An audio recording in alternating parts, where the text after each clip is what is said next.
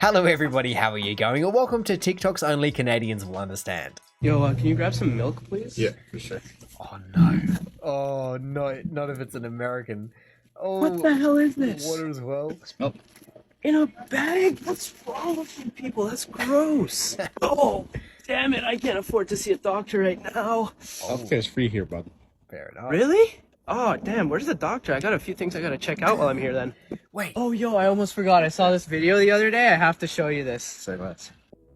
Oh, really? Even between countries that are that close in all matters of the word, you were not able to see some videos? I mean, I could understand some... even then, honestly, no, I wouldn't understand anything. Just the fact that they are unable to see some of these videos, this video is not available in your country is ridiculous. I mean, I could understand if you're going to be trying to watch certain British programs in Australia and things like that, where they're going, well, it's just really not for you and you have to go through this entire back road to get there. But for Canada and the USA to not be sharing to that degree, considering so much of the media is just one and the same, that is pretty darn insane. I would love to know how often that is even a thing. I mean, it clearly has made it this far. The other thing that I've never given much thought though is what does happen if someone from the USA goes into Canada and hurts themselves there, so to say, regardless of whether they do or don't. But if they do then go to Canadian healthcare facilities, what happens? Do they then have to go through their insurance? Does the Canadian whole scheme cover them, or what happens there? Because I think if you hurt yourself in Australia, you're probably covered more so than in the States. You're not going to have a $400 band-aid. It might be a 12 instead of 12 cents. That is if you are going to be an international traveler. But yeah, it seems just so accessible. You know, to buy a flight all the way to Australia is never going to be that cheap, but to just drive across the border and access it, how do they police that, so to say? Things you will only find in Canada. Oh, look at all those. Smarties. These are very popular Canadian candies. When I first moved, everyone asked me to try them. They turned out to be delicious. Write if you like it.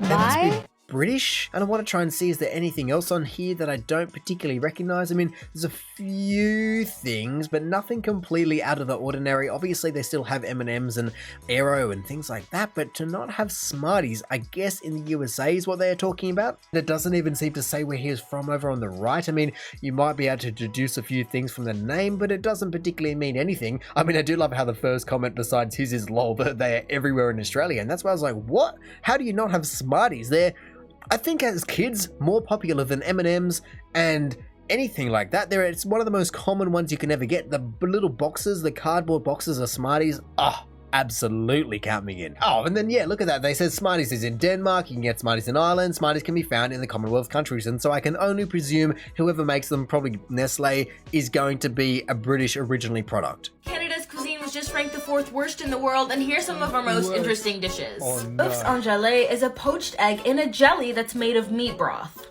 Prairie oysters aren't oysters at all, they're actually bull testicles, and sometimes they're deep fried.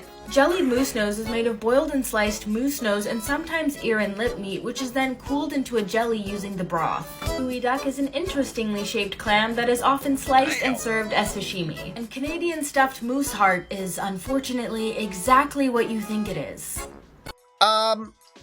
I cannot believe that I've never heard of any of these before. I mean, I've seen the snail sort of thing, but my goodness, some of the rest of these recipes, if you can call them that, nothing that I've really heard of before. I mean, I've heard of this one, but I've never heard them described as prairie oysters, and I don't want to think about where that name came from in the beginning.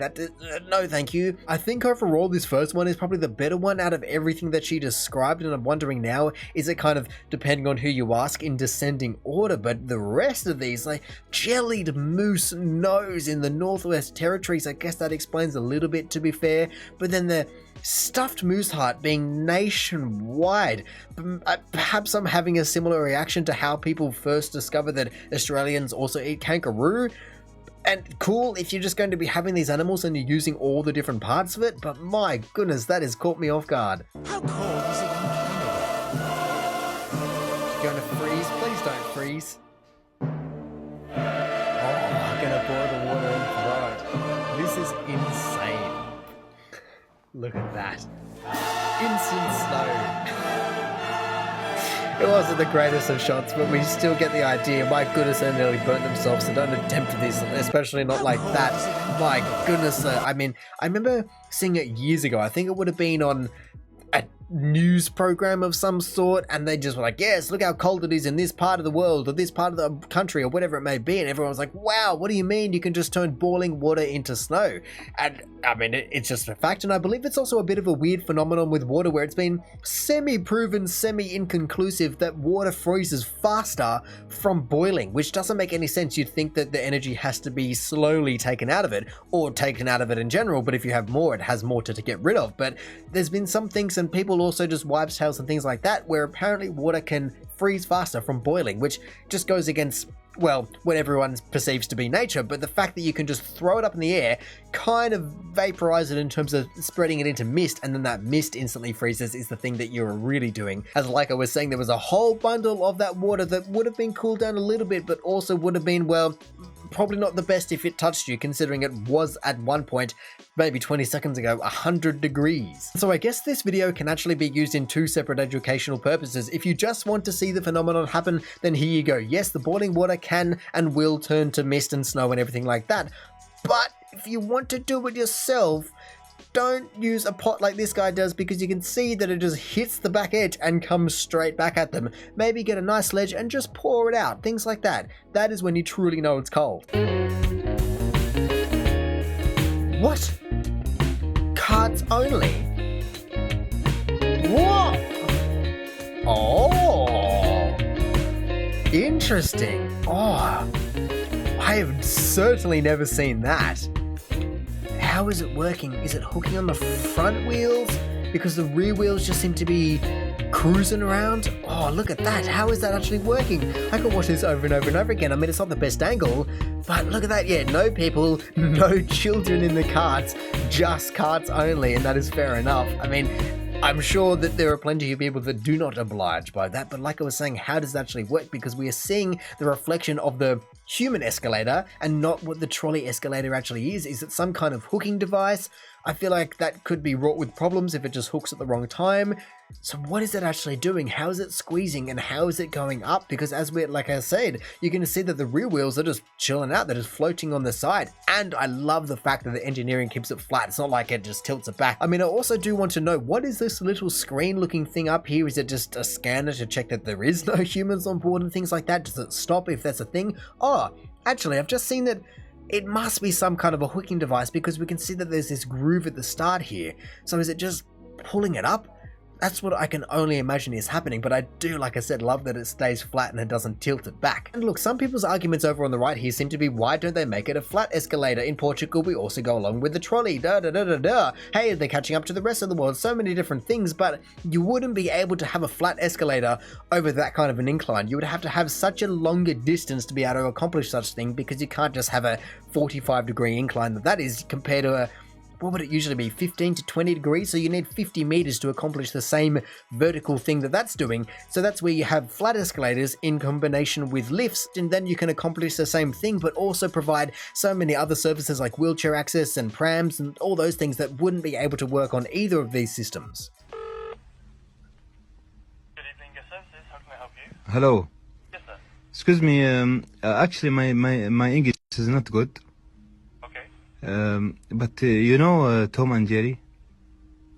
Yes, the cartoon. Yeah. Jerry is here in my room. I'm sorry. What? Jerry is here in my room. You have a mouse in the room. Yeah. Please come here, and when you come here, bring Tom with you.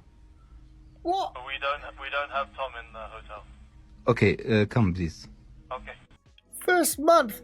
Hang on a second. Alright, there are so many things to unpack there. Firstly, you're staying at a hotel for a month. That sounds very, very expensive. Secondly, most hotels are going to be alright, but if they do have some kind of a mouse on board, I don't know what you want them to do. They're one of the most pesky available things in the world. There's no way that the guy at the front desk is just going to be able to just whip it up and catch it. No way. They're going to have to go through an entire process, and it's not just going to happen in that moment. However, the entire time I was watching that video and I knew where they were going with it in terms of Tom and Jerry, I was going, hang on, isn't there an entire province that is declared mouse or rat free? Like, that is a pretty darn impressive accomplishment, and so clearly you're not there, but you just need those guys with all their tactics to come over here. Don't call the front desk, call the entire province. Damn. that a lot? I don't know. I don't particularly know if I've ever heard of a quota of the Australian police force to be able to compare it, but I know that they can be fairly brutal, and so I would think that the two systems overall would be fairly similar with what they can actually do, but it more so depends on just what people's driving behaviours are going to be like on the day. If people are all speeding, it becomes very easy to pull people over, but if no one's doing anything wrong, then you won't be able to get anyone for doing anything wrong. I feel as though that's more indicative of how many people they get pulled over, not how good the police officer is, or bad, or even neutral. They're just doing their job, but if people are stuffing around, then that's what they have to do. Here you go. Were they all dressed? You're welcome, eh? Oh, I didn't say thank you. This is a weird looking Dorito. What is that? The ketchup chip, bud. Ketchup Ketchup. on chips? Why?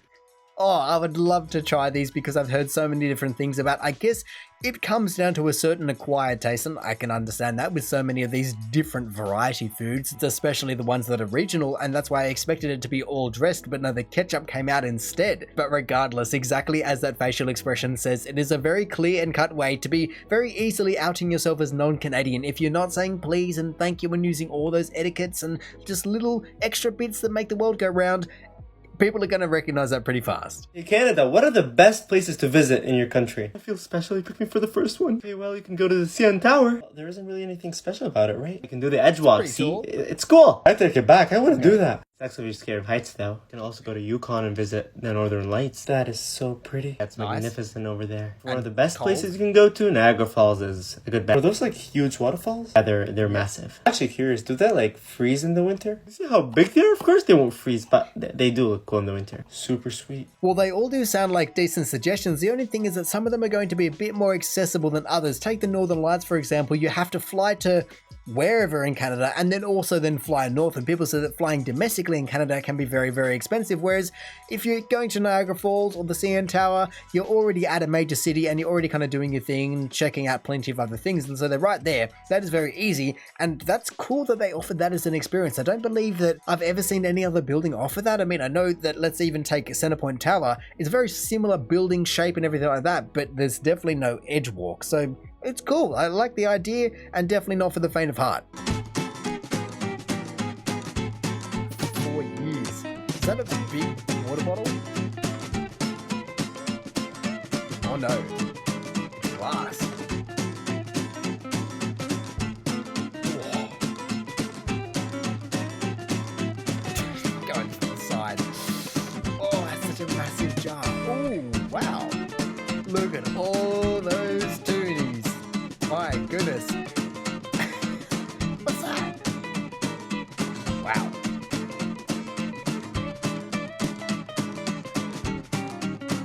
That is a lot of coins. Oh, and the smashing of it too. I wonder why they taped it up.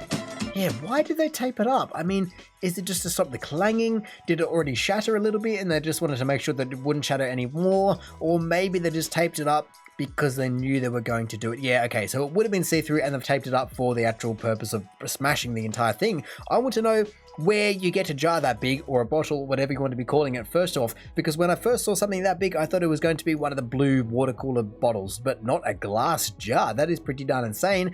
Secondly, though, there's a lot of coins there, but it wouldn't probably add up to that much money, which is the sad part. I mean, to be saving for 4 years and come out with $500 maybe, just looking at that. Let's say you have 300 coins, and so you're going to be having a mix of $2 and $1 and things like that. To be fair, there are still a lot of different coins in that jar. It's just the fact that you were saving for 4 years, and regardless of however much money you have in there, it's like, what else were you going to do with it? You either spend it now in terms of you buy something little with it and you just constantly just exchange them, or you save it all up and then you have a big thing. I guess it just comes down to personal preference, and if you just want that reward at the end, just seeing that thing just pile up, seeing all those $1s and $2 just pile up over 4 years as a family, go, wow, who added all the coins in this time? Who did this? Who did that? That'd be awesome as a kind of an experiment. But otherwise, if you're just going to be then taking all that money and spending it on $2 coffees and $1 coffees anyway, then it's a bit of a, well, not waste of time, but a long drawn out coffee. Here are 10 things that you didn't know about Canada. Around 90% of the population live within 100 miles of the US border, and 50% of Canadians live below this red line. It is home to one of the smallest deserts in the world, and it's about 1 square mile. They have the largest island in a lake that is on an island, which is in a lake on an island, the Victoria Island. In 2012, someone stole nearly 3,000 tons of maple syrup, which equates to about $18 million. Speaking of maple, their flag has a maple leaf for obvious reasons, and the white represents snow and the red represents the autumn leaves. The Hudson Bay Company is one of the oldest running businesses in North America, and it started in 1670. The latitude of Canada's southernmost point, Middle Island, is actually below California's northernmost point. It is home to the northernmost settlement in the world. They have 2 versions of the national anthem, one in French and one in English, but they both start with O Canada. Canada has the most lakes in the world. Geez, well, I guess there was always more to learn, because where was it? The desert was one that caught me off guard the most. It is home to one of the smallest deserts in the world, the Carcross Desert, 1 square mile. That is outrageous. I mean, it's also onto a lake, so that's incredible that you can have, I mean, if this is a correct photo, that you can have a desert right next to a green, luscious, obviously water area. The other one though was this one, that in 2012 someone stole nearly 3,000 tons of maple syrup, which I'm now wondering, how heavy is a barrel of maple syrup? What is the density of syrup? I've never exactly weighed it. I mean, I guess 50 mils is 2 ounces, but is 50 mils, I don't know, 200 grams, or is it 49 grams? I really do not know, and it will not tell me in these little bottles here, but that would be a big difference. Oh, what does it say there? Oh, maybe 66 grams. So it's, okay, a little bit more. So that is a lot of syrup to be stealing. How do you steal that much is what I want to know. How did you get into Canada's reserve bank of barrels of syrup is the second question I want to know. And what do they do with the $18 million? And did they get away with it? I can only assume that they did not get away with it. But the fact that they stole that much and sold it to who knows? I certainly don't, but I'd love it if you tell me.